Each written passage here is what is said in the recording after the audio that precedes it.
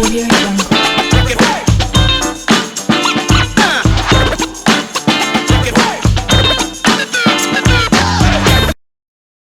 Salut tout le monde, comment va? C'est Lord Vendetta avec vous. On est samedi aujourd'hui. Waouh. Après le live stream d'hier, je suis encore choqué par le nombre de personnes qu'il y avait hier. Je suis encore choqué par le vibe qu'il y avait hier, le hype qu'il y avait hier. C'était incroyable sur Twitch. Vraiment, si vous n'étiez pas là, c'est pas grave, vous pouvez regarder le replay. Mais sur le coup, là, sur le moment, les gens sont devenus fous. Moi, je suis devenu fou grâce à Biggie, grâce aux informations qu'il nous a données, grâce aux opportunités qu'il nous a données. C'est incroyable. Vraiment, je te remercie, Mr. Biggie. Je remercie tous les administrateurs et toutes les personnes qui ont été là. 400, on était à 500 personnes presque, 480, 490. Malheureusement, il y a eu des bugs techniques. Je m'en excuse. Je vais améliorer le système. Je n'ai pas le choix. Maintenant, j'ai réalisé comme quoi j'ai un système de merde. Mais 470 personnes et j'ai même arrêté le stream et j'ai refait un autre stream et il y avait encore 400 à 450 personnes présentes pendant 4 heures. 4 heures de streaming, 400 personnes présentes à regarder, concentrées, à parler sur le chat. C'est incroyable. Vraiment, je vous remercie les gars. L'audience, elle grandit de plus en plus. Le Discord, il grandit de plus en plus. Le Telegram public, il grandit de plus en plus. La chaîne, elle grandit de plus en plus. Grâce à vous, la famille. Je vous remercie énormément du fond de mon cœur. Je salue tous mes abonnés Twitch, mes abonnés Patreon, mes abonnés YouTube.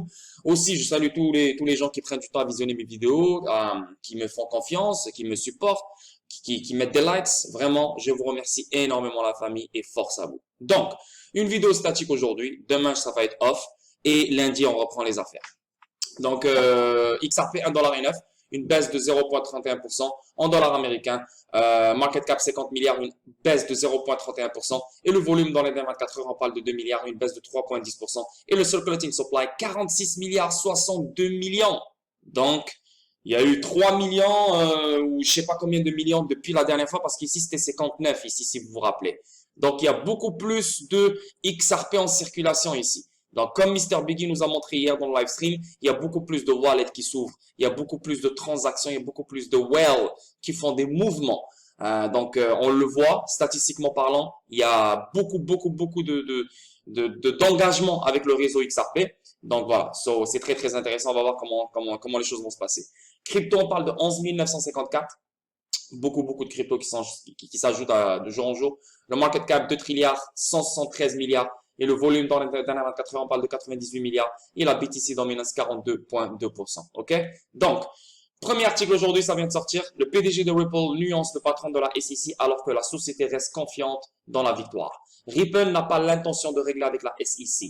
Le PDG de Ripple, Brad Garlinghouse, a ombragé le président de la Securities and Exchange Commission des États-Unis, Gary Gensler, sur les réseaux sociaux. Dans sa réponse à une vidéo de 2018, dans laquelle le patron de la SEC mentionne le principal sujet de discussion de l'entreprise sur le besoin de clarté réglementaire, Garlinghouse a déclaré qu'il adore Twitter.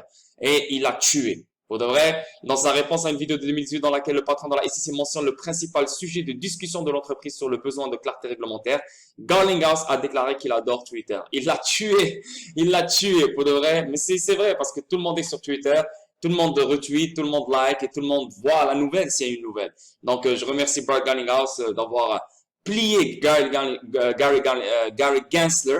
Et aussi, c'est que le fait que la Ripple ne veut pas de règlement parce que elle a toutes les armes pour que la SEC demande un règlement, pour que la SEC se met à genoux, pour que la SEC perde.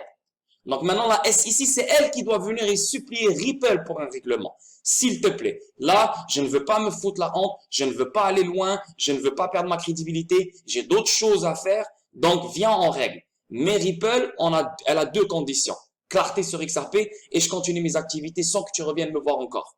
Donc, c'est pour ça que Ripple ne va pas demander à la SEC, viens en règle. C'est la SEC qui doit s'agenouiller devant Ripple pour dire viens en règle avant le jugement qui sera en mars. Donc, c'est très important tout ça, de comprendre tout ça parce que Ripple, après tous ces 9 mois-là, elle a les armes, elle a des tanks, elle a des hélicoptères, elle a des Black Hawk, elle a même des sous-marins, elle a des missiles, des bombes nucléaires depuis tout ce temps-là. Elle a ramassé.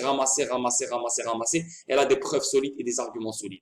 Donc, maintenant, Ripple ne va pas demander un règlement parce que là, on montre une faiblesse. Donc, c'est la SEC, ça doit venir de la SEC. Et même la SEC avec sa tête têtue, et Gary Gensler qui veut pas lâcher la chose, donc eux aussi, ils ne vont pas demander un règlement. Donc maintenant, oui, c'est une illusion comme quoi il n'y aura pas de règlement.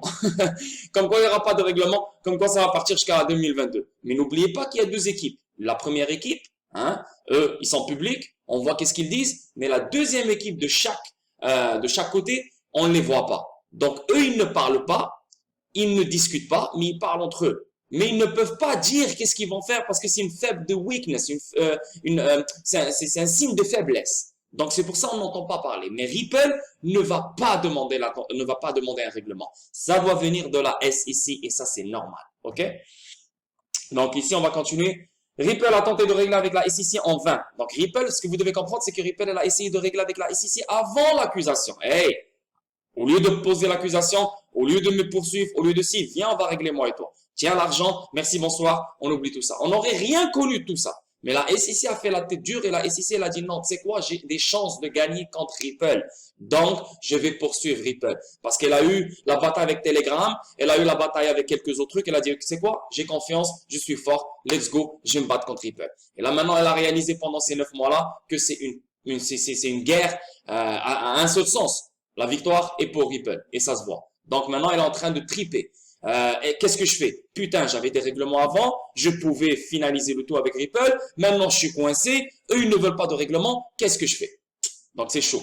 Tel que rapporté par YouToday, la société a placé ses espoirs sur Gensler, renversant le cours du procès. Donc Gensler, même lui, quand il est venu voilà, il est devenu le chairman, il n'a pas montré des choses, waouh. Donc, nous, on pensait que voilà, il allait changer la donne, il allait changer les choses. Ok, tu sais quoi, on stop, parce qu'il vient du MIT, il vient d'ici, il vient de ça. Mais il est encore plus têtu que les autres. Il est encore plus con que les autres. Il est encore plus froid que les autres. Il en a rien à foutre des investisseurs. Ça se voit clair et net. Donc, maintenant, on a Elizabeth Warren dans le dernier Sénat qu'il y a eu là, avec Gary Gensler qui répondait à des trucs, mais il donnait des réponses évasives. Donc lui, il est là, c'est le chairman qui est là pour aider les investisseurs et protéger les investisseurs. Il continue à donner des réponses évasives et il continue à ne pas répondre à certaines questions qui sont importantes, comme quoi si Ether est une sécurité ou pas. Donc, il joue le jeu qu'on ne veut pas. Il joue le jeu des chevreuils, en fait. Voilà. Qui avait intenté par le président de la SEC nommé par Donald Trump, Jay Clinton, au cours des derniers jours de son mandat, était politiquement motivé. Bien qu'ils connaissent parfaitement la crypto et la blockchain, Gensler a adopté une position encore plus belliciste envers l'industrie, se concentrant sur la finance décentralisée et les pièces stables. Après que la SEC ait choisi d'aller de l'avant avec le procès Ripple, sous la surveillance de Gensler, la communauté XRP a été désillusionnée par le nouveau meilleur flic de Wall Street. Ouais, parce que on s'attendait vraiment qu'il allait changer les choses, mais là, l'enculé, il a fait le contraire. Mais anyway, il continue à faire le contraire. L'équipe juridique de la société a déclaré à Charles Gasparino de Fox Business que Ripple n'avait pas l'intention de régler le procès, car les avocats sont convaincus qu'ils vont gagner l'affaire sur la base de leur défense de avis équitable. Boum, voilà. Donc les avocats parlent de qui? Mary Jo White. Elle fait partie de la deuxième équipe. Elle ne fait pas partie de la première équipe. Elle, ce n'est pas un soldat, c'est un général. Donc, ils sont convaincus. Pourquoi ils sont convaincus? Parce qu'ils ont des arguments, des documents, des choses très fiables que la SEC ne peut pas se défendre. Elle ne peut pas sortir des arguments pour se défendre ou pour s'opposer aux arguments et aux documents que Ripple a et les avocats ont. Comprenez? Donc, c'est le délire. C'est totalement victorieux pour nous. C'est totalement bien pour nous tout ça. Donc, c'est une question de temps. Est-ce que ça sera en octobre, en novembre, décembre ou peut-être même en 2022? Mais on s'en fout. Ça devient de plus en plus clair que la victoire est pour Ripple. John E. Deaton, un avocat qui souhaite intervenir dans l'affaire au nom des détenteurs de XRP, a estimé qu'un règlement est hautement improbable jusqu'à ce que le tribunal se prononce sur les requêtes en instance. Garlinghouse et le cofondateur Chris Larsen ont déposé 2 requêtes pour rejeter la poursuite. Donc, c'est magnifique comme premier article. Hein. On voit ici, on sent la victoire. On sent la victoire et on sent que la confiance, elle est là. Hein, la confiance, comme quoi on ne veut pas régler. Va te faire foutre. Nous, on est là, on est sérieux et on va continuer à te battre avec toi. Parce que, voilà, t'es une merde. Tu nous poursuis pour rien. On t'a déjà proposé des règlements. Tu ne voulais pas. Ben maintenant, allez. Tu le prends dans le cul. Comme on dit. Vas-y, on avance. Les détenteurs de XRP intentent un recours collectif contre Apple. Ça, je ne sais pas pourquoi, mais c'est intéressant. Ça, c'est des trucs que je voulais parler hier. Je voulais les partager hier, mais voilà, on avait tellement un truc fluide, moi et Mr. Biggie hier. Donc, on n'avait même pas eu le temps de lire. Donc là, maintenant, je vais juste reprendre les news que je voulais partager avec vous hier. Donc voilà, pour les gars de YouTube aussi, donc ça va faire plaisir. Donc ici, on voit les détenteurs de XRP intentent un recours collectif contre Apple. Les détenteurs de XRP dont les portefeuilles ont été vidés par une fausse application veulent tenir Apple pour responsable. Waouh, donc il y a un scam ici. Il y a un putain de scam et faites attention. Les détenteurs de XRP dont les portefeuilles ont été vidés par une fausse application veulent tenir Apple pour responsable. Donc, je ne sais pas c'est quoi l'application, mais on va le voir ici. Apple, la plus grande entreprise au monde, a été giflée par un recours collectif par un groupe de détenteurs de XRP mécontents qui prétendent avoir perdu leurs fonds à cause d'une application de phishing. La professionnelle de l'informatique en cybersécurité Hadona Diep a déposé une plainte devant le tribunal du district fédéral du Maryland le 16 septembre au nom de personnes dans la même situation. Le différend juridique tourne autour d'un portefeuille de crypto-monnaie appelé Toast Plus. Dieppe affirme que le géant de la technologie basé à Cupertino devrait être tenu responsable d'avoir autorisé l'application malveillante dans l'App Store et ne pas l'avoir supprimée. Apple est depuis longtemps fier de son processus rigoureux de vérification des applications qui est censé le distinguer de son grand rival Android. En raison de son écosystème verrouillé, la société a un contrôle total sur le placement d'applications sur l'App Store monopolistique. La plaignante a téléchargé l'application en mars 2020 sur son iPhone. Elle croyait qu'il s'agissait d'une version de Toast Wallet en raison de son logo presque identique. Le demandeur pensait que Toast Plus était une version de Toast Wallet, un portefeuille de crypto-monnaie bien connu car les noms étaient similaires et le logo utilisé pour l'application dans l'App Store était le même ou presque identique. Dieppe s'est initiativement appuyé sur Ripex, un portefeuille de bureau XRP populaire, pour stocker ses jetons avant la fermeture du projet en janvier 2018. En mars, elle a transféré ses avoirs vers l'application Toast Plus, puis a découvert que ses XRP avaient disparu et que son compte avait été supprimé. Encore une fois, je comprends qu'elle a déposé une poursuite contre Apple. J'en ai rien à dire, parfait, parce que Apple, elle aussi, elle devrait avoir une part de responsabilité parce qu'il est fier de son système de sécurité, comme quoi on vérifie les applications avant qu'elles soient sur le App Store. Pas de problème, good. Donc maintenant, Apple, elle a une part de responsabilité ici. Mais toi, tu as la plus grande part de responsabilité. Pourquoi tu vas sur le App Store et tu télécharges des applications que personne connaît presque? Toast Plus, j'ai jamais entendu, moi. Tu vas fucking acheter un Ledger, tu vas fucking acheter un Decent Wallet, tu vas fucking acheter un Trésor, ou je sais pas quoi. Mais tu vas me rendre fou. C'est toi la faute. Parce que maintenant, tu as perdu, t'aimes pas le fait que tu as perdu ton argent, tu veux, voilà, blâmer quelqu'un, c'est toi qui dois être blâmé. C'est toi qui dois être blâmé. Va sur un échange, Bitro, Binance, ça c'est le minimum, même si c'est pas sécuritaire, mais au moins tu mets tes XRP là-bas. Mais tu vas pas sur Ripex ou Toast Plus, je connais même pas c'est quoi ces wallets de merde. Sérieusement. Non, mais sérieusement, oui, c'est bien beau venir et déposer des accusations, c'est bien beau venir et poursuivre des grandes compagnies, des multinationales, mais à un moment donné, il faut réfléchir. Est-ce que c'est moi qui a foiré? Oui, c'est toi qui as foiré. Parce qu'au lieu d'aller poser tes XRP dans un Ledger, dans un Decent Wallet, un Cold Wallet que personne ne peut te voler, non, toi, tu es parti chercher un truc qui a le même logo que l'autre ou le même je sais pas quoi que l'autre et tu as posé des XRP. Mais c'est bien fait pour toi. Moi, je suis très content qu'ils t'ont volé.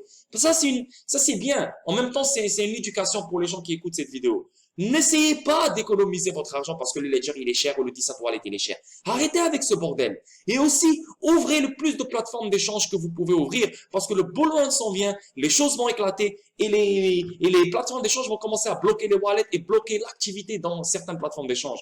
Donc, ça c'est numéro 1. Numéro 2, faites attention avec vos XRP, avec vos XDC. Ne les mettez pas dans des trucs que personne connaît. Mettez-les dans des trucs sérieux comme le Ledger ou le Decent Wallet. Ça, c'est bien fait pour elle. C'est très bien fait pour elle. Et Apple va même pas parler avec elle, je suis sûr et certain. Elle a réalisé plus tard qu'elle était victime d'un programme de phishing qui se faisait passer pour le portefeuille légitime. Le téléchargement fatal lui a coûté $5 000. Ah, $5 000, vas-y, casse-toi avec t'as combien de XRP? 10 000? Vas-y, casse-toi. Avec ce prix-là, c'est 5 000 XRP ou je sais pas combien.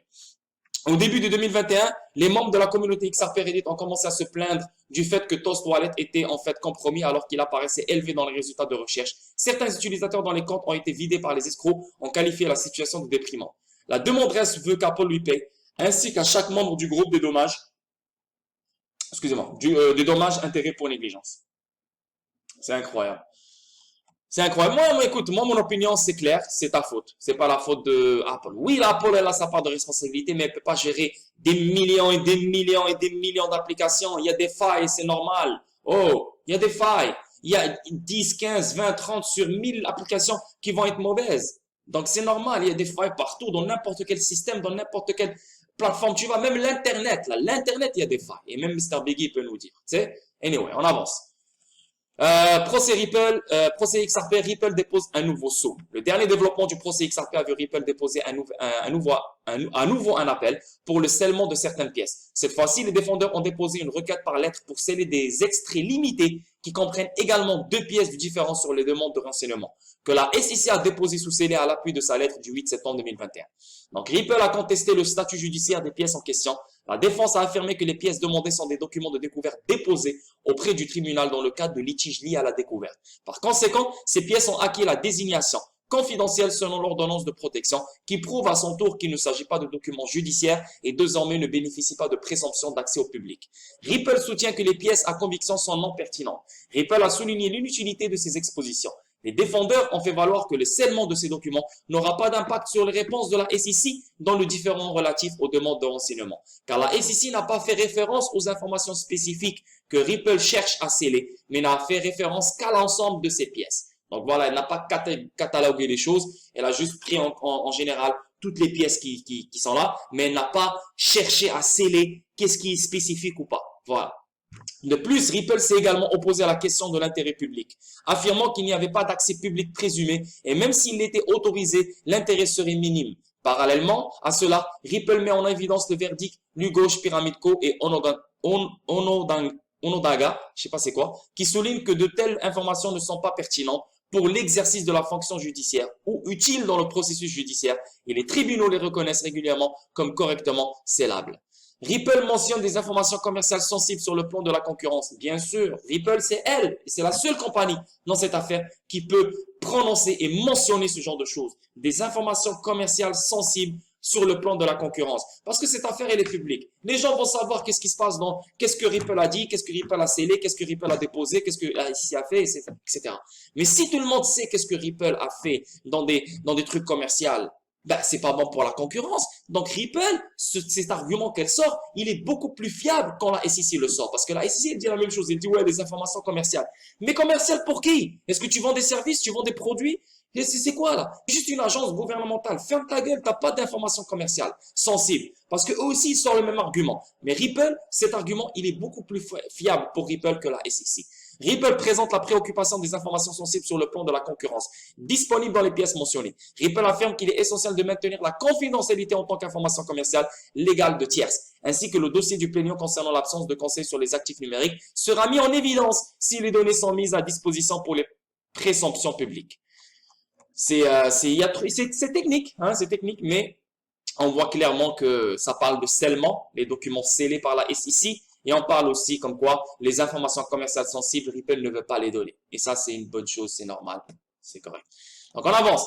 Et ça vient de Brook & Whistle. Donc, je vous ai déjà montré dans un de mes live streams. Il y a une vidéo de l'Asie du Sud-Est. On voit le Singapour et les Philippines qui parlent de ODL, qui utilisent ODL, qui nagent dans ODL. ODL, c'est quoi? C'est On-Demand Liquidity XRP. Ce coin-là, il est à 100% ODL. Et Brooks & Whistle, c'est une des personnes qui s'occupe de ça là-bas. Donc, on va voir c'est un joli truc. Il est très lent, mais je vais lire les trucs importants. Donc, les trucs importants, c'est quoi?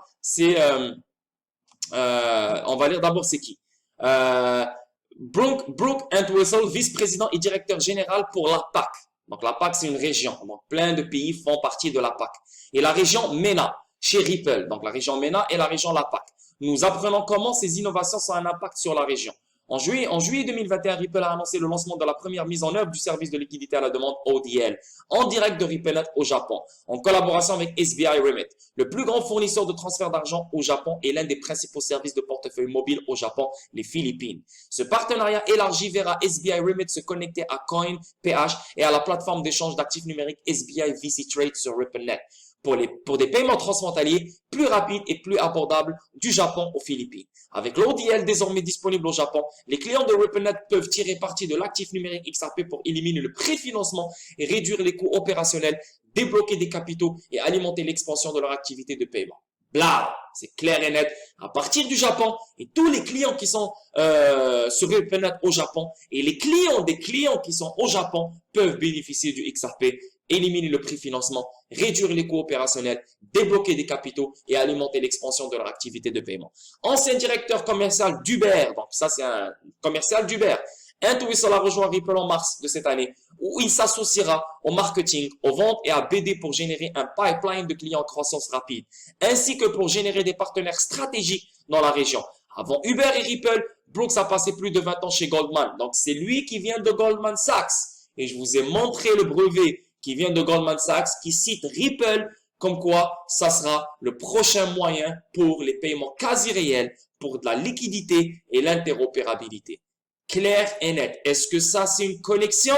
Oui. Est-ce que le fait qu'un gars de Goldman Sachs bouge de Goldman pour aller chez Ripple? Oui. Est-ce que le fait que Goldman Sachs met Ripple dans son brevet? Oui. Et en plus de ça, on a vu dernièrement, je vous ai montré comme quoi un ancien de Goldman Sachs, il a dit comme quoi XRP, Ripple, c'est le futur pour les paiements. Donc, il y a une connexion ici. OK? Donc ici, il y a des questions. Donc, on va voir, il y a quelques questions qui ont été posées à ce gars-là. Donc, on va le voir ici ensemble. Quelles sont les tendances émergentes dans l'industrie des paiements numériques qui stimulent l'innovation? Existe-t-il de telles tendances particulières à l'Asie du Sud-Est? L'Asie du Sud-Est est un paysage unique où l'argent a longtemps régné en roi. Mais la pandémie mondiale a donné lieu à une adoption accélérée forcée des paiements numériques. Les gens de toute la région se déplacent en ligne pour leur essentiel quotidien, tel que faire l'épicerie et payer les factures. En fait, une étude récente a révélé que plus de la moitié des consommateurs de la région préfèrent déjà les paiements numériques. Telcoin, Philippines, il est déjà là. Donc là, on parle de XRP, on parle de ODL, On Demand Liquidity, mais Philippines aussi, il est dans Telcoin. On parle de paiement numérique. Telcoin aussi, c'est des paiements numériques. Donc, juste pour vous dire, c'est le même écosystème. 53% déclarent qu'ils transportent désormais moins d'argent liquide qu'avant l'épidémie de COVID-19. Avec cette préférence émergente pour les paiements numériques, cela conduit naturellement les consommateurs à exiger de plus en plus des options de paiement plus rapides et plus abordables. Non seulement l'Asie du Sud-Est, mais on a l'Afrique. Ripple maintenant qui fait des ravages en Afrique. Ripple aussi qui fait des ravages en Amérique latine. On a l'Argentine, on a le Pérou, on a le Panama, on a le Brésil, on a... Et l'Afrique, on a plein de pays grâce à Flutterwave, grâce à Xaco, grâce à Mercury FX, grâce. C'est incroyable, ça devient de plus en plus gros de jour en jour. Ce qui à son tour simule l'innovation parmi les startups fintech et les institutions financières traditionnelles. Donc ici, on va juste voir. Voilà. Par exemple, Ripple a récemment lancé son premier service de liquidité à la demande ODL en direct au Japon, qui a permis à CoinPH, l'un des principaux services de portefeuille mobile aux Philippines, de se concentrer à SBI Remit au Japon. Ce corridor ODL qui utilise l'actif numérique XRP. Donc en ce moment, il y a un corridor là entre le Japon et la Philippine. Il y a un corridor en ce moment qui est en route, qui marche, qui est actif, qui utilise XRP. Pour éliminer le préfinancement, réduire les coûts opérationnels et débloquer des capitaux permettra des paiements plus rapides et plus abordables du Japon aux Philippines. Et quand on parle d'éliminer le préfinancement, c'est les comptes nostro vostro. Donc, les institutions au Japon n'ont plus besoin de mettre un capital aux Philippines. Et les institutions aux Philippines n'ont plus besoin de mettre un capital au Japon. Donc, la trust, la confiance, c'est XRP. Dans l'ensemble, l'Asie-Pacifique est devenue l'une des régions à la croissance la plus rapide pour nous, avec une croissance des transactions de 130% d'une année sur l'autre. Preuve supplémentaire que la région est ouverte à l'adoption de nouvelles technologies et à l'amorce de son voyage vers un avenir de monnaie numérique et de paiement. Quels sont les trois principaux défis de paiement transfrontalier auxquels Ripple s'attaque? Comment l'entreprise propose-t-elle des solutions qui répondent à ces défis de manière unique? Les systèmes de paiement mondiaux actuels sont obsolètes, peu fiables et fragmentés, comme SWIFT. Si vous ne regardez que l'Asie du Sud-Est, chaque pays a son propre processus et son infrastructure de paiement. Et ce manque d'interopérabilité crée beaucoup de complexité, ce qui entraîne des paiements transfrontaliers nécessitant souvent des solutions de contournement coûteuses. Voilà, l'interopérabilité, l'Internet de la valeur, Ripple a été créé pour ça. Chaque pays a son système de paiement, chaque pays a son infrastructure. Donc, il n'y a pas de communication avec les systèmes de paiement. Mais, par contre, avec les systèmes d'email, les systèmes des courriels, il y a une communication avec Gmail, avec Outlook, avec Hotmail, avec ce que tu veux d'autre. Donc, tout le monde peut envoyer des emails à tout le monde. Je peux envoyer un message à Instagram, sur iPhone, sur iPad, sur ordinateur, sur n'importe quelle plateforme. Donc, c'est ça ce qui va se passer avec les paiements. Chaque système pourra parler avec un autre système. Chaque plateforme mobile d'un pays pourra communiquer avec une autre plateforme mobile d'un pays. C'est comme on voit avec Telcoin. Telcoin, tu achètes Telcoin, tu envoies de Telcoin et tu peux l'envoyer à n'importe quelle plateforme mobile dans n'importe quel pays, dans 16 pays. Ça, c'est l'interopérabilité. Et en plus, Ripple, ce qu'elle offre depuis le premier jour. Donc, c'est pour ça qu'on parle de JP Morgan. Ouais, mais JP Morgan, ouais, il fait la même chose. Non, non, non, JP Morgan, c'est bien. Oui, c'est correct. Mais c'est juste le réseau JP Morgan qui peut en bénéficier. Mais il n'y a pas d'interopérabilité avec Santander, avec Chase, avec The Moth, avec d'autres compagnies et d'autres banques mondiales. Donc, c'est ça que vous devez mettre en tête. Pour relever les défis de la vitesse des coûts et de la transparence des paiements transfrontaliers, nous avons construit RippleNet, un réseau de paiement basé sur la blockchain qui prend les meilleurs attributs de la blockchain. Sécurité et confidentialité, rapidité et règlement instantané. RippleNet est à la fois décentralisé et standardisé, ce qui lui permet de fonctionner sans les frais généraux et les contraintes des offres des fournisseurs existants et de déplacer de l'argent avec la même vitesse et la même efficacité que les informations circulent aujourd'hui. Donc, comment ODL apporte-t-il une solution pour relever de tels défis? Quel avantage de liquidité à la demande offrira-t-elle aux utilisateurs de Ripple? L'un des principaux défis du système bancaire actuel est celui de la liquidité. Les banques ne peuvent pas payer tant que l'argent physique n'est pas entre leurs mains, ce qui entraîne des retards. Ripple résout ce problème en utilisant la liquidité à la demande ODL, qui exploite l'actif numérique XRP pour relier deux devises fiduciaires. Cela élimine le besoin de préfinancement dans les devises de destination et réduit considérablement les coûts tout en permettant les paiements en temps réel sur les marchés émergents à tout moment, y compris après les heures de travail, les week-ends et les jours fériés. Du point de vue de consommateur, le service ODL de RippleNet aide à surmonter le défi des coûts élevés encourus lors du transfert d'argent à travers les frontières. Alors qu'une transaction fiduciaire typique pouvait prendre 3 à 5 jours pour être réglée, les paiements transfrontaliers sont désormais possibles à faible coût et en aussi peu que 3 secondes. C'est malade, c'est vraiment malade, c'est vraiment malade. C'est vraiment malade, c'est le futur. C'est le futur dans ce paragraphe. C'est clair et net, c'est le futur, c'est mort. Comment RippleNet fournit-il ces innovations uniques dans cet espace et quels sont les avantages pour les utilisateurs de la région de l'Asie du Sud-Est? Nous avons déjà parlé d'ODL, mais en résumé, en utilisant des solutions blockchain comme RippleNet, les institutions financières de la région sont en mesure d'améliorer l'expérience de paiement de leurs consommateurs. Nos clients peuvent réduire les frais généraux d'exploitation et simplifier les déploiements de produits, tandis que leurs utilisateurs finaux peuvent profiter des avantages de paiement transfrontalier plus rapides et moins coûteux. Donc, ici, on peut voir ici, cela signifie que nos clients peuvent acheter l'actif numérique XRP à crédit, à un prix unique et transparent et recevoir des approbations plus rapidement que par des moyens traditionnels, ce qui leur permet de faire évoluer leur entreprise rapidement. Donc, ils peuvent avoir XRP à crédit, comme on a vu avec Ripple, la ligne de crédit. Donc, la ligne de crédit, tu n'as pas la liquidité pour envoyer ton paiement, tiens des XRP, fais ce que tu as à faire et après tu nous payes. C'est incroyable, c'est vraiment incroyable. Donc voilà, je vais pas lire le tout, c'est trop long, hein, mais on a compris le but de tout ça. C'est quoi l'importance de on-demand liquidity dans ce côté-là du monde, la MENA et la PAC, et on a compris l'avantage et l'évolution qu'elle va permettre à ce coin-là. C'est malade, c'est malade, c'est malade. Donc ici, on voit 145 millions de XRP pilotés par Ripple, BitGo et plusieurs sites de trading de premier plan. Grâce à Mr. Biggie, non seulement Bitso, mais BitGo aussi l'a aidé à créer le wallet Chivo. Le wallet Chivo, c'est le wallet du Salvador qui contient le BTC. Donc, il y a jusqu'à maintenant 500 000 utilisateurs de ce wallet Chivo. Il contient BTC. Donc, ils vont recevoir $30 de BTC. Mais BitGo, vous devez comprendre qu'il roule sur RippleNet. BitGo process ODL comme Bitso, etc. Donc, si Bitcoin doit rouler rapidement à travers le wallet Chivo, ben, il va utiliser BitGo que lui process ODL. Donc, on parle encore une fois, les rails viennent de Ripple, qu'on le veuille ou non. OK? Donc, une nouvelle ici. Pas une nouvelle, mais oui, c'est une nouvelle, le 16 septembre hier. Réalité et fiction démystifiée. Les idées fausses du grand livre XRP. Donc là, on va parler du livre XRP. Mythe. Le grand livre XRP est centralisé. D'après mon expérience en tant que développeur et mes conversations avec d'autres développeurs, c'est peut-être le mensonge le plus répandu. Et voici pourquoi. Dans une blockchain centralisée, une seule autorité régit l'ensemble du réseau, contrôle la validation, contrôle les mises à jour du grand livre et crée un point de défaillance unique, ce qui laisse théoriquement l'ensemble du réseau vulnérable à une attaque.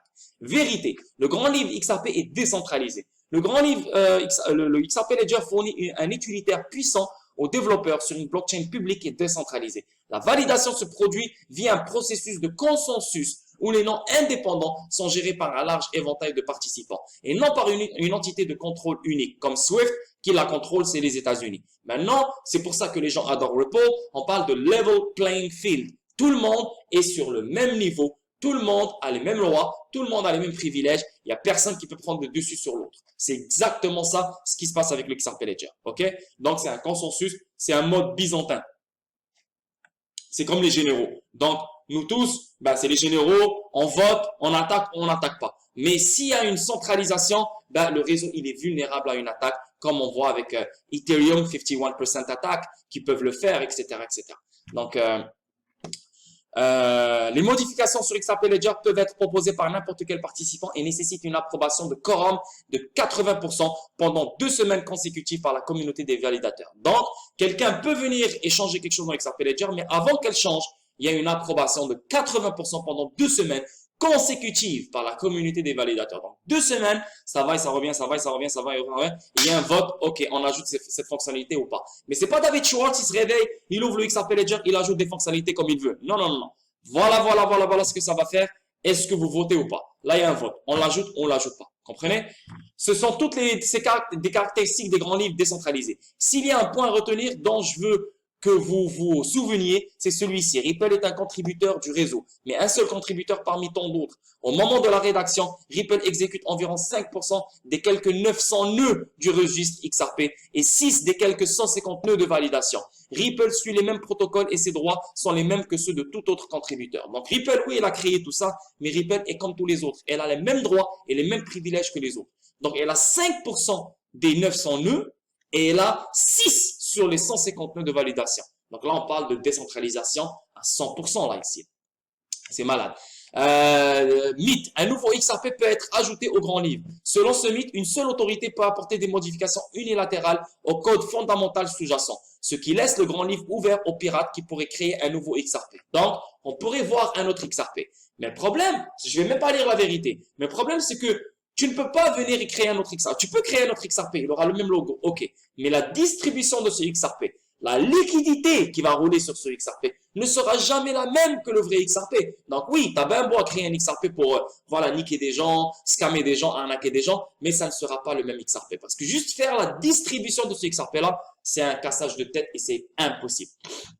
Vérité, même si un acteur malveillant tentait d'ajouter un XRP non autorisé au grand livre, le protocole de consensus garantit qu'aucune autorité ne peut l'exécuter. Plus de 45 millions de registres ont été fermés avec succès depuis que le registre XRP a été conçu pour la première fois avec 100 milliards de XRP créés lors de la création du registre. Et aucun XRP supplémentaire n'a jamais été ajouté au système.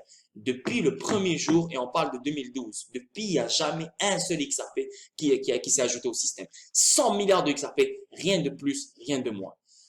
Mythe, XRP Ledger a des frais cachés. Les frais, y compris les coûts de transaction et les frais de réserve, sont retournés à Ripple après avoir été mis en œuvre dans le grand livre ou récompensés aux validateurs après avoir été mis en œuvre dans le grand livre XRP. Vérité, tout comme les autres blockchains publics, des frais de transaction sont appliqués sur le XRP Ledger. Bien qu'ils soient bien inférieurs à la plupart, on parle de 0.000002, c'est rien, contrairement à d'autres blockchains, cependant les frais ne sont ni retournés à une autorité centrale, ni payés en récompense aux validateurs ou à toute autre partie. Il est en effet irréversiblement détruit. Donc, beaucoup de monde, t'as beaucoup de blockchains, qu'est-ce qu'ils font? Ils prennent ces frais-là, ces frais, et ça va chez les mineurs, comme le BTC. Donc, eux, tu payes des frais, mais ça va chez qui? Ça va chez les mineurs. Donc, tu enrichis les mineurs. Voilà, c'est exactement. Mais là, maintenant, il n'y a pas, avec l'XRP Ledger, ça va pas chez les validateurs, ça va pas chez Ripple. Non, non, ça se détruit. Donc, qu'on le veuille ou non, XRP deviendra beaucoup plus rare que Bitcoin. Qu'on le veuille ou non. Plus il y a des transactions qui vont se faire, plus il y aura des drops qui vont se brûler. Et plus on avance dans le temps, plus ça sera très, très, très rare. Et c'est pour ça que le prix va fly, il va être gros à un moment donné. Qu'on le veuille ou non, parce qu'on parle de liquidité. Juste le mot liquidité doit sonner avec un gros prix. Merci, bonsoir. Étant donné que les frais augmentent en fonction de la charge sur le réseau, cela protège le réseau contre le spam, les comportements malveillants et les attaques DDoS, donc le 51% attaque. De plus, les transactions XRP sur le grand livre sont réglées presque instantanément, seulement 3 à 5 secondes pour confirmer l'achèvement contre plus de 10 minutes pour les autres chaînes comme Bitcoin, ou plusieurs jours pour que les banques envoient des fonds fiduciaires transfrontaliers à d'autres banques. Le protocole de consensus XRP Ledger comble l'écart, économisant du temps et des coûts de transaction substantiels.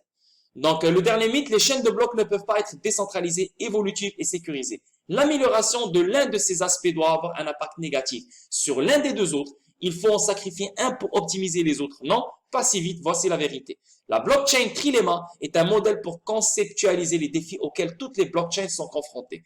Affirmant que les plateformes ne peuvent pas être vraiment décentralisées, évolutives et sécurisées à la fois, la vérité est que le XRP Ledger a été le premier et l'une des rares blockchains capables d'exécuter un échange de carnet d'autres décentralisés. Le seul.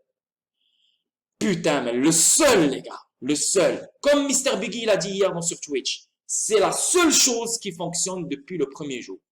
C'est le seul réseau qui fonctionne depuis le premier jour. Tous les autres qu'on est en train de voir, c'est juste sur papier.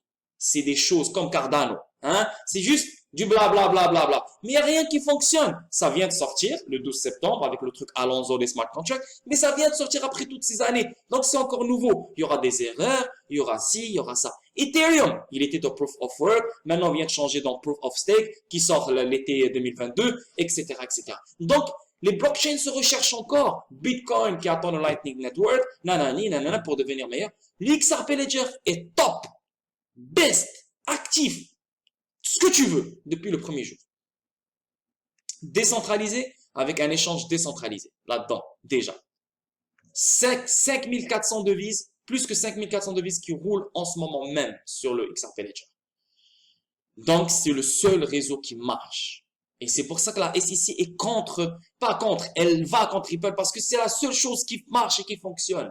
Donc, elle veut prendre quelque chose dessus. Elle veut avoir son petit part du gâteau. Parce que le moment où il va se débloquer, c'est parti. OK? Donc, ici, il peut supporter un débit maximal de 1500 transactions par seconde évolutif, donc beaucoup plus. Donc, il peut aller jusqu'à 1 million de transactions. Et géré par une gamme de participants divers qui confirment collectivement les transactions et approuvent les modifications proposées décentralisées. Et utilise un protocole de consensus qui protège contre les attaques et les modes de défaillance, sécurité. Et XRP Ledger fait tout cela de manière très durable. En fait, il s'agit de la première grande blockchain mondiale neutre en carbone. La seule blockchain neutre. Magnifique, vraiment, c'est des jolis mythes et vérités. Très, très, très bien. Donc, voilà. Ça, c'est une nouvelle. Donc, Lemonway et Tink lancent des paiements basés sur Open Banking sur les places du marché. Donc, je vais pas rentrer loin. C'est quand même, je vais pas aller vraiment loin dans ça, mais je vais juste lire le début. Le fournisseur de services paiement PSP basé en France, Lemonway, donc c'est français, Lemonway, a lancé Pay by Bank, paiement alimenté par Open Banking, en partenariat avec Tink et ses clients à travers l'Europe. Donc, on le voit ici, Lemonway s'appuie sur RippleNet pour débloquer des paiements plus rapides d'euro à euro. Ah, donc là, ça parle de quoi? Ça parle de, déjà, basé en France, a lancé Pay by Bank. Donc, RippleNet sera utilisé pour des paiements euros de banque à banque. Donc voilà, ça c'est une nouvelle, c'est une bonne connexion. Lemonway, basé en France, qui utilise RippleNet, s'associe avec Tink pour lancer des paiements basés sur Open Banking pour les places de marché. OK? Donc, on continue. Je sais déjà 37 minutes. Putain, ça va durer 50 minutes cette vidéo-là. Ouais. Mais anyway, au moins, vous avez des informations pour le week-end. Ici, Jeremy Hogan. Pardon, j'ai un procès devant jury qui commence lundi. Donc, je pourrais prendre du retard sur les plaidoiries de Ripple. Cela dit, je suis convaincu que le juge va ordonner des réponses ou des meilleures réponses à la plupart de ces interrogatoires. Je vais essayer de faire une vidéo de mise à jour avant l'essai lundi. Donc, lui, il est convaincu que la juge va prendre le côté de Ripple. Donc, on va voir ici. Ici, qu'est-ce qu'il dit? Il dit, Salut Jeremy, concernant la réunion du Sénat de Gensler, j'ai remarqué quelque chose aujourd'hui. Lorsque les questions de Tommy, les mains de Gensler tremblaient, c'est beaucoup de peur retenue. Les deux mains. Donc, ça aussi, j'ai vu ces shakes aussi. Donc, les mains de Gensler tremblaient. J'imagine que c'est angoissant d'être interrogé sur quelque chose que Gensler doit savoir n'a aucun sens. Comment la SEC fonctionne dans l'espace crypto. Mais vous êtes enfermé dans votre position. Un bon procureur aurait fait paraître Gensler horrible. Donc, ouais, Gensler a mal paru, il tremblait, il a mal répondu, et on voyait de la peur ici. Donc, ici, on voit aussi qu'est-ce qu'il dit. Il dit, d'accord, j'ai mon avis sur toute la situation. Je crois que les banquiers veulent être un homme à l'intérieur. Les banquiers financent les élections, donc ce n'est pas difficile. Ils ont préparer Gensler et les gars avant lui à prendre les rênes. Je vois l'outrage au tribunal tandis que la juge ignore. Alors ça, c'est parce que c'est mal traduit. Mais là, on voit que c'est les banquiers derrière Gensler, les banques secondaires, les banques, voilà, le système traditionnel qui pousse Gensler, qui pousse la SEC à bloquer cette innovation. Hein. Mais tu as un autre groupe qui veut cette innovation. Donc là, tu as deux groupes, deux mentalités qui sont en train de se battre en ce moment. Et la SEC est le chien de garde de ce groupe-là qui veut garder le système traditionnel. Donc voilà, on avance. Xinfin intègre des applications de finances décentralisées. Le monde a complètement émergé dans la technologie blockchain qui transforme les entreprises de manière plus fiable et sécurisée sur la base de frameworks. Il ne s'agit pas toujours de gérer des blocs Bitcoin et un certain nombre de Bitcoin à transférer. Un parfait exemple en est la finance décentralisée, qui ne repose pas sur les intermédiaires financiers centraux. Considérant cela comme un facteur important, le monde d'aujourd'hui évolue vers DeFi, du concept de centralisation.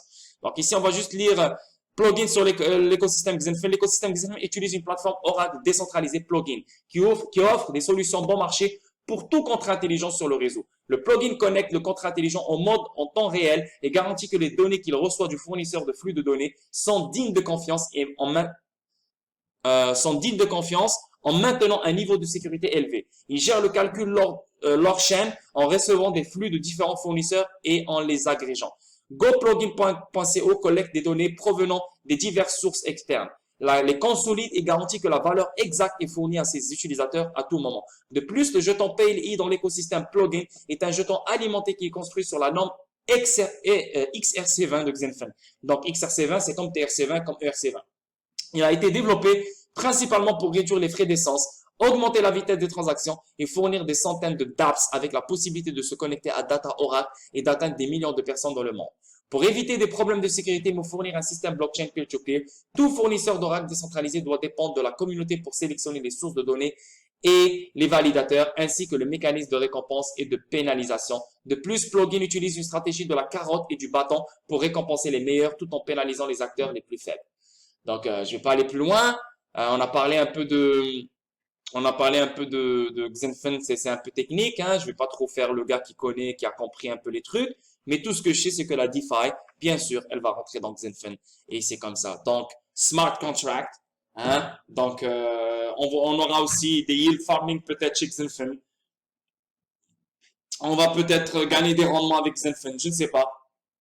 Mais la DeFi, la finance décentralisée, est-ce que ça sera une finance décentralisée spécialisée pour les institutions? Je ne sais pas. Parce que Xinfin est fait pour les institutions, en fait. Ce n'est pas, oui, le financement vers trade finance, etc. Mais c'est le financement du commerce. Donc, c'est le commerce, en fait.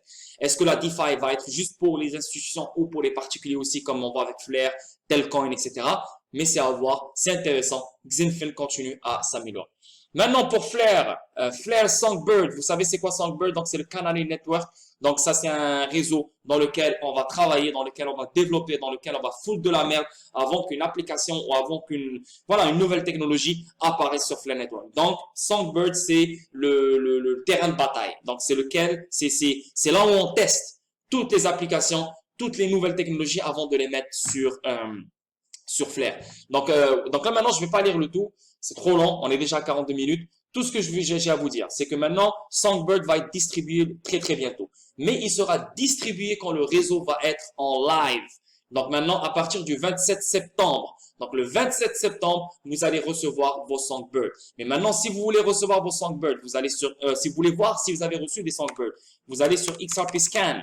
XRP Scan. OK? Tu cliques sur XRP Scan. Et tu mets ton adresse ici, hein, ton adresse de Ledger, hein, si tu as mis Ledger, ou bien tu mets ton adresse, ta plateforme d'échange, tu n'as pas besoin. Mais si toi, tu as claim à travers le Ledger, tu mets ton adresse de XRP Ledger ici. Et ici, normalement, tu vas voir un menu qui va sortir ici. Quand tu vas mettre ton adresse, tu vas voir un menu et ça va être écrit Flare, donc une section Flare. Quand tu cliques dessus, tu vas voir tes Flare et tu vas voir tes Songbird. OK? Combien de Songbird tu vas recevoir et combien de Flare tu vas recevoir. Donc, il y a beaucoup de monde maintenant sur Twitter qui disent « Ouais, j'ai reçu. » C'est un mensonge. Ils n'ont rien reçu. Ils veulent que des likes. Comme la Yankee Yanka là, de merde là. Ils veulent que des likes. Ils veulent juste vous mélanger. Personne a reçu des Songbird. Les Songbird, on les recevra tous, je pense, le 27 septembre. À partir du 27 septembre 2021. Quand le réseau va être live. Donc, voilà les gars. Félicitations. Bravo à vous tous. Pour les gens qui ont claim Flare. On est là, on est arrivé, Flare va sortir bientôt, Songbird va sortir bientôt et c'est de l'argent de plus. Donc, encore une fois, les gars, le conseil que je peux vous donner, ne vendez pas vos Songbird et ne vendez pas vos Flare. Travaillez dans le réseau, interagissez avec le réseau et essayez de soutirer quelque chose du réseau parce qu'il y aura énormément d'argent qui va être donné, surtout dans les débuts. beaucoup d'opportunités pour les premiers qui vont interagir avec le réseau. OK? Faites attention, les gars. Ne vendez pas parce que vous allez regretter sur le long terme. OK? Donc, voilà. So, le 27 septembre, si tu veux voir combien de Songbird tu as reçu sur XRP Scan, tu mets ton adresse de ton ledger XRP et tu descends en bas, tu vas voir une section Flare. Tu cliques sur Flare et tu vas voir combien de Flare tu vas recevoir et combien de Songbird tu vas recevoir. Donc, Flare, au début, on va recevoir, je pense, 15%. Hein? Donc, quand ça va sortir, et à chaque mois, on va recevoir 3%. Chaque mois. Boum, boum, boum, boum, boum. Songbird, on va recevoir la totalité dès que les choses vont être live et c'est à partir du 27 septembre. OK? Donc, voilà. Là, maintenant, c'est une petite culture générale. Il me reste 6 minutes, 50 minutes et on arrête cette vidéo. 60 échanges cryptographiques seront suspendus en Corée du Sud. C'est chaud, là. C'est chaud. Cuba apporte des réglementations sur la cryptographie et fait de la crypto un mode de paiement légal. Donc, bien sûr, le Salvador, il a envoyé des ondes à tous les voisins. Cuba, Brésil, Panama, je sais pas qui d'autre. C'est à l'Argentine, Pérou, c'est le bordel. En Amérique latine, c'est le bordel. La Russie va ralentir les paiements aux échanges de crypto-monnaies alors que Moscou cherche à empêcher les citoyens d'achat impulsif de Bitcoin. Donc, on a la Corée du Sud, on a la Russie. C'est chaud, là. C'est chaud. Les utilisateurs américains de crypto-monnaies sont principalement des jeunes hommes. XRP, les utilisateurs d'Ethereum les plus instruits, sondage. Donc, les jeunes hommes et eux qui possèdent les XRP et Ethereum sont les plus instruits, en fait. Et c'est vrai. Tous les gens qui connaissent XRP, tous les gens qui sont investis sur XRP connaissent énormément de choses sur le système bancaire, sur le système financier, sur l'argent, surtout, hein, juste nous, là, dans le Discord, là, c'est incroyable, hein, on est tous instruits. Donc, anyway, la famille. Donc, voilà, j'ai fini avec la vidéo statique, 45 minutes, je m'attendais pas à ça, mais avec l'excitation d'hier, j'avais hâte de vous faire une nouvelle vidéo et bien commencer le week-end. Donc, je vous souhaite un bon week-end, les gars. Amusez-vous bien, prenez soin de vous. N'oubliez pas pour le Decent Wallet, si vous avez besoin d'un Decent Wallet, j'ai pas parlé de ça au début de la vidéo, mais si vous avez besoin d'un Decent Wallet, cliquez sur mon lien. Le lien, il est juste en dessous de la vidéo et vous allez économiser 50 $ sur le Decent Wallet. Donc, on vient de parler de Xinfen, hein. On vient parler de Xinfen, on a parlé de DeFi. Donc, ce Decent Wallet va te permettre d'avoir, va te permettre d'interagir avec la DeFi, n'importe quel DeFi que tu veux, sur n'importe quelle plateforme que tu veux. Et aussi, va te permettre d'économiser 50 $ et tu peux stocker tes XDC aussi. Donc, en cliquant sur mon lien, tu économises 50 $, c'est 109 $. L'ordre vente est XRP, je suis affilié avec Decent. Donc, c'est un win-win. Toi, tu me supportes et toi, tu économises. Donc, le lien, il est juste en dessous de la vidéo. Si, je vous invite à cliquer sur le lien si vous voulez acheter un Decent. Sinon aussi, pour le Discord, donc voilà, regardez le Discord, je suis même pas encore rentré dans le Discord. Directement, je suis venu, j'ai fait la vidéo. Mais regardez le Discord, comment c'est en train de fly, combien d'échanges, combien de monde déjà connecté. Regardez-moi ça.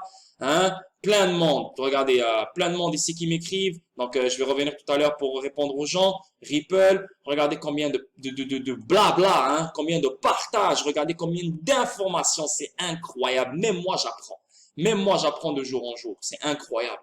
Donc, je remercie les administrateurs, je remercie tous les gens qui sont dans le Discord et je vous invite à venir dans le Discord. Le lien, il est juste en dessous de la vidéo. C'est Patreon. Tu cliques, tu choisis le club des champions VIP et directement, tu vas accéder au